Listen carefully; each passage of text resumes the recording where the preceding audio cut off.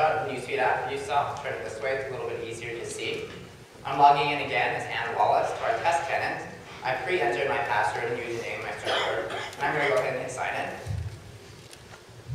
And what you'll notice is I'm not going to be faced with a web form. I'm not going to be faced with any sort of net screen or continuing to go on. The client, in this case the app that we built, has authenticated for me, and it's logged me right in. In a matter of seconds, I'm here accessing my newsfeed content as Ann Wallace, looking at these awesome pictures, showing off the cool newsfeed features that we have here. So that was an example of the authentication experience for ActiveAuth, and why, as you can clearly see, we think it's a superior experience. It solves many of the pain points that you just had with the previous passive authentication. So we'll go ahead and take a look at that same demo on an awesome Microsoft Surface. Abby will be covering that demo for us. Okay. So we just bring the Surface up. And I'm going to log in as Ann.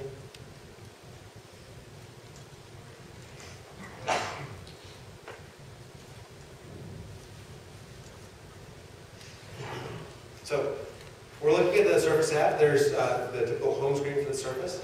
We've installed the SharePoint app, which is the newsfeed application.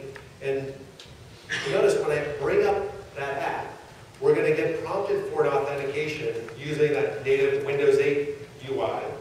So we're built this into the application itself with a common look and feel to some of the other applications that you might build on Windows 8.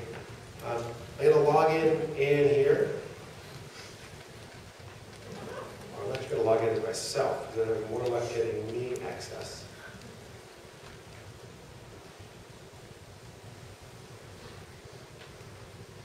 And when I log in, we're actually going through a similar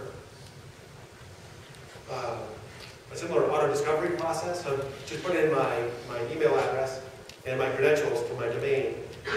And when I go ahead and access that, we're looking to see if those creds have been cached locally, if there's any information from other applications that share that same cache.